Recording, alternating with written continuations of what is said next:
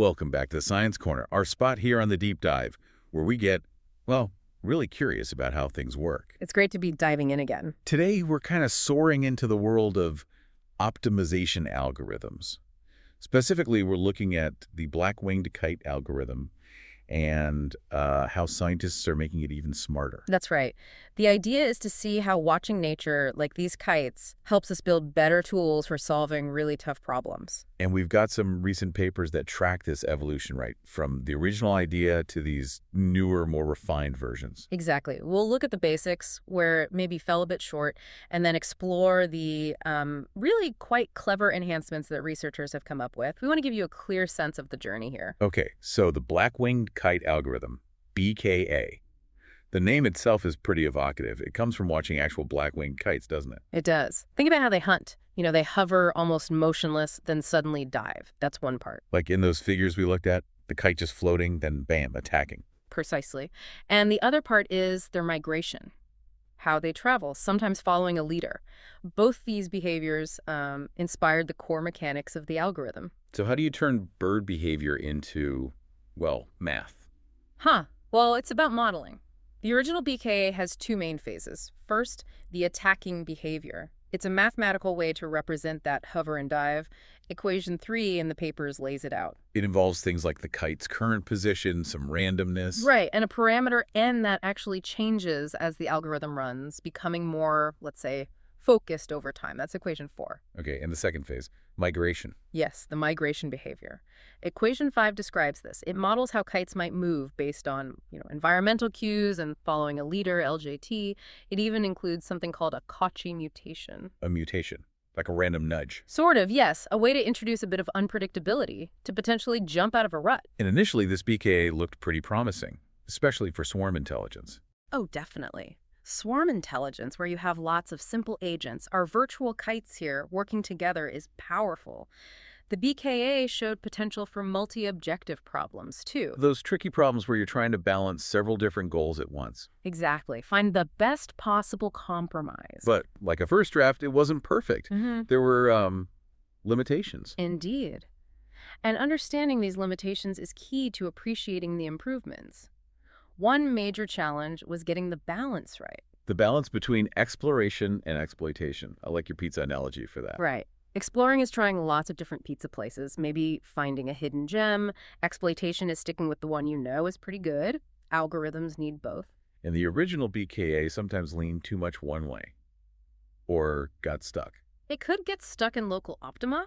That means finding a good solution, but maybe not the absolute best one out there. The Cauchy mutation helped, but didn't always solve it. And the starting point wasn't ideal either. The initial kite positions. The initial population was often just generated randomly, which, might not be the most efficient way to start the search. Sometimes a more structured, diverse start is better. Plus, the attack phase relied too heavily on the last position. Didn't look around enough. That was another point, yes. It potentially limited the scope of the search in that phase. And migration could lead to everyone just clumping together, following the leader off a cliff, metaphorically speaking. Well, maybe not off a cliff, but it could reduce population diversity. If everyone blindly follows, you might miss better routes explored by more independent agents. Okay, so that sets the stage for the improvements. Let's talk about the first one.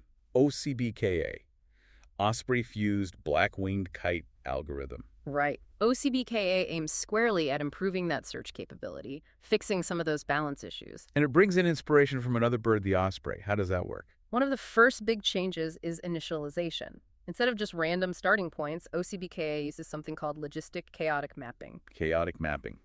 It sounds complex. It sounds it, but the idea is to use a deterministic mathematical function that looks random, but actually produces a very diverse, well-spread set of initial points.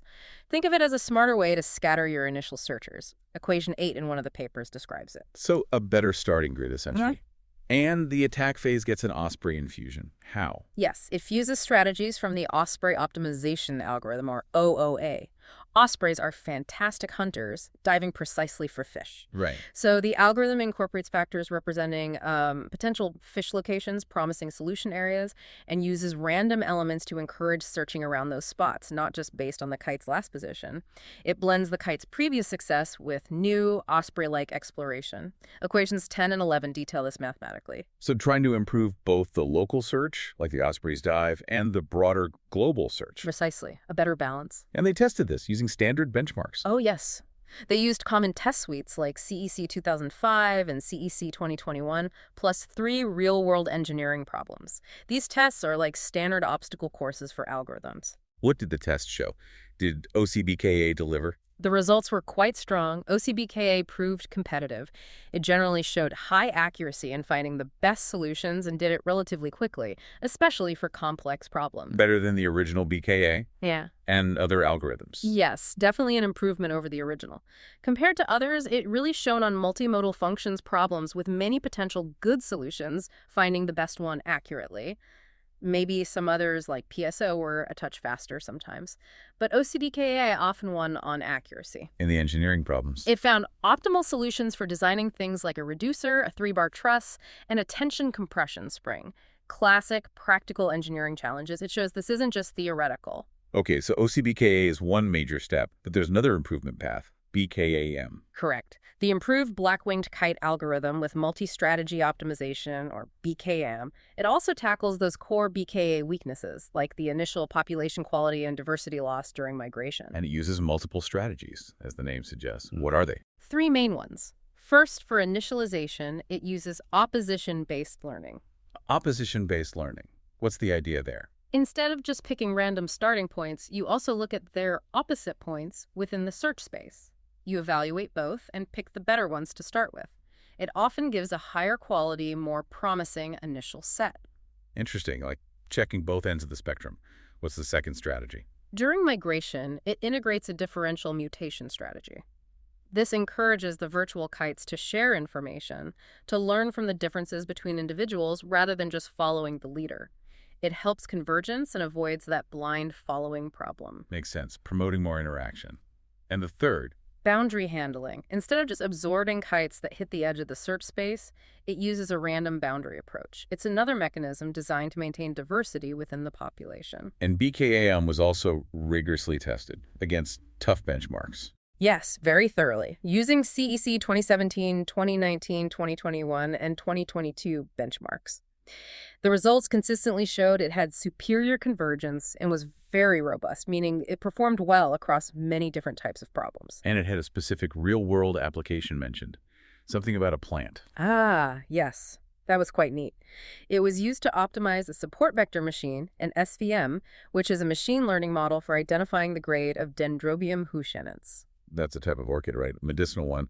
Why does the grade matter so much? Exactly. It's highly valued in traditional medicine, and the top grade fetches a very high price. So accurately grading it using non-destructive near-infrared spectroscopy data is really important for quality control and fair trade. And BKIM helped make that grading more accurate by fine-tuning the SVM. Precisely. It optimized the SVM parameters, leading to better classification accuracy, a great example of its practical utility beyond pure engineering. Okay, one more major revision to cover, RBKA. The revamped Black-Winged Kite Algorithm. Sounds like a significant overhaul. It is. RBKA aims for a big performance boost using 3, well, they call them revolutionary tactics. What are they? Let me guess. Initialization is one. You got it. Like OCBKA, it uses a logistic map for population initialization instead of pure random. Again, the goal is better global search coverage right from the start and faster convergence. Okay, familiar ground there. What else is new in RBKA?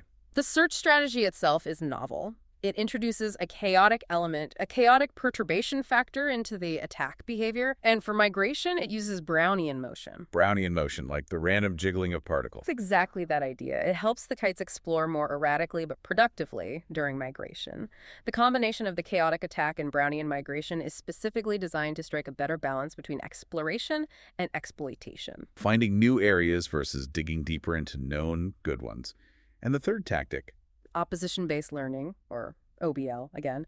Just like in BKAM, it's used here to help the algorithm jump out of local optima and improve its ability to find the true global best solution. So RBKA combines some ideas we've seen, like logistic mapping and OBL, with entirely new search dynamics. How did it fare in testing? Extremely well. It was evaluated on a huge range of tests, CEC benchmarks from different years, constrained optimization problems, and 6 complex engineering design problems like cantilever beams, pressure vessels, and so on. And the results? The comparisons consistently showed RBKA outperforming many other well-regarded algorithms in convergence speed, stability, and finding the best solutions. The statistical analysis backed this up strongly. And it's computationally efficient, too. Yes, its time complexity is quite reasonable, comparable to other similar algorithms. They also did ablation studies. Meaning they tested it with and without each new tactic. Exactly, to confirm that each of the 3 main strategies, the logistic map, the novel search, the OBL, actually contributed positively to the overall performance improvement. And they did. It's really quite amazing how observing something like a kite hunting can lead down this path to such sophisticated computational tools. It really is. Biomimicry in action. These refined algorithms, OCBKA, BKAM, RBKA, they represent real steps forward from the original BKA. They offer enhanced ways to solve complex problems in engineering, maybe medicine, agriculture, all sorts of areas. And it's clearly an ongoing process. These algorithms are powerful, but researchers will keep tweaking, keep improving. Absolutely. The quest for better optimization methods never really stops. There will always be new challenges, more complex problems that push the boundaries. Which leaves you wondering, doesn't it? It certainly does. As we learn more about the incredible complexity and efficiency of the natural world, what other animal behaviors, what other biological processes might hold the keys to solving problems we currently find intractable? It's a fascinating question.